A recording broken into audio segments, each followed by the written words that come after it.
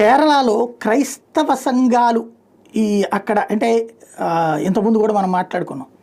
ముస్లిం దేశాల్లో సమస్య ఇప్పుడు పాకిస్తాన్లో ఎవరెవరు కొట్టుకుంటున్నారు? హిందువులు అందరి పని అయిపోయింది అక్కడ, క్రైస్తవుల పని అయిపోయింది, బౌద్ధుల పని అయిపోయింది, జైనుల పని అయిపోయింది. ఇప్పుడు చివరికి ఒకే మతంలో ఉన్నటువంటి రెండు వర్గాల వివాదాల కింద నడుస్తుంది.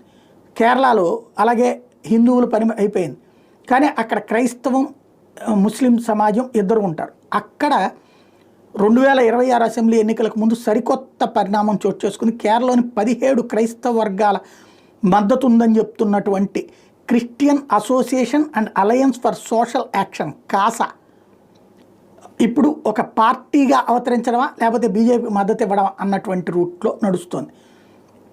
మా ప్రయత్నం ఒక మితవాద జాతీయ పార్టీని స్థాపించడమే, అటువంటి రాజకీయ శక్తికి ఆమోదయోగ్యతను కనుగొనడానికి మేము అధ్యయనాలు నిర్వహించాం, కేరళలో అటువంటి పార్టీకి అవకాశం ఉందని మేము కనుక్కున్నామంటూ ఆ కాసా రాష్ట్ర అధ్యక్షుడు కెవిన్ పీటర్ చెప్పుకొచ్చారు.